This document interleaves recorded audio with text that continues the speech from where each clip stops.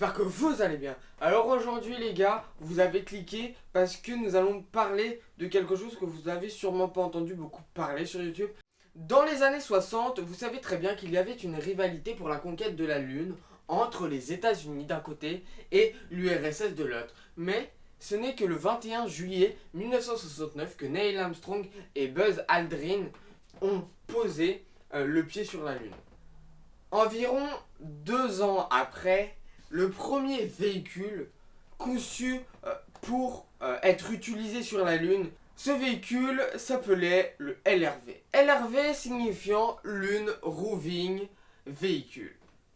Là, vous voyez, on va en venir. Dans cette vidéo, nous allons parler des véhicules qui, dans le futur, réaliseront des missions sur la Lune ou sur d'autres planètes comme Mars.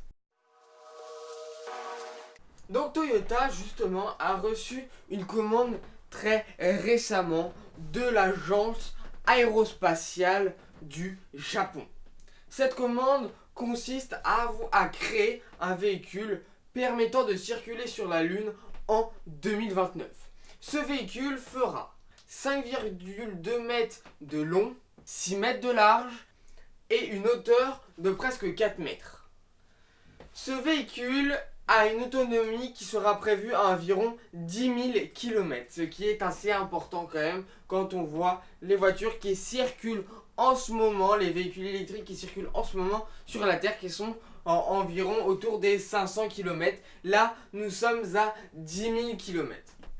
Il y aura un nombre de places de 2 à 4 astronautes. Il y aura un volume habitable d'environ 13 mètres carrés. Donc 13 mètres carrés les gars, c'est peut-être la taille de votre chambre.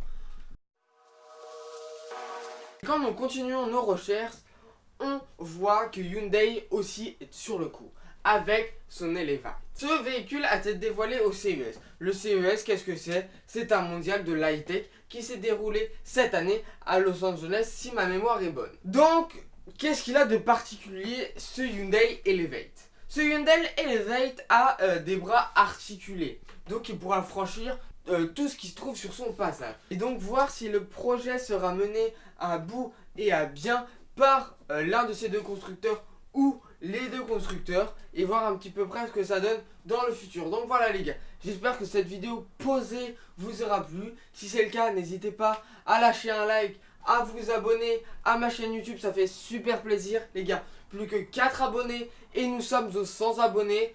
Aussi à suivre mon Instagram où là nous sommes 150 et je poste une photo par jour. Donc si vous voulez suivre et avoir des photos sympas, n'hésitez pas à me suivre, mon Instagram c'est là. Et sur ce les gars, on se dit peace.